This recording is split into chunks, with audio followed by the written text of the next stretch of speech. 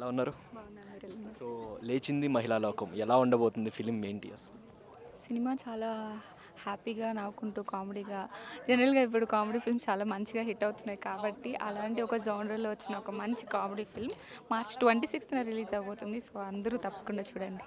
రీసెంట్‌గా సోషల్ మీడియాలో ఎక్కడ చూసినా మీరే ట్రెండ్ అవుతున్నారు. సో ఎక్కడ చూసుకున్నా ఏదో ఒక ఫోటో ఆర్ ఎనీథింగ్ వైరల్ అవుతుంది. సో ఎలా అనిపిస్తది? ఐ ఫీల్ హ్యాపీ అండి. నాకు తెలియదు అది ఎప్పుడు ఎలా వైరల్ అవుతుందో, బట్ నేను వైరల్ అవ్వాలని ఎక్స్పెక్ట్ చేసి చేయట్లేదు. బట్ ఐఎమ్ హ్యాపీ అంతే. సో ఇందులో ఈ క్యారెక్టర్ చూసుకుంటే ఒక హస్బెండ్‌ని కిల్ చేసే క్యారెక్టర్ టైప్ ఉంది. అంటే ఏదో ఒకటి చెయ్యాలి అన్న సెన్స్‌లో. సో ఏంటి రియల్ లైఫ్‌లో నుంచి ఎక్కడైనా ఇన్స్పిరేషన్ లాంటివి ఏమన్నా తీసుకున్నారా ఈ పర్టిక్యులర్ క్యారెక్టర్? లేదు, యాక్చువల్లీ చెప్పాలంటే ఇవన్నీ స్టార్ట్ అవ్వక ముందు తీసిన సినిమా ఇది.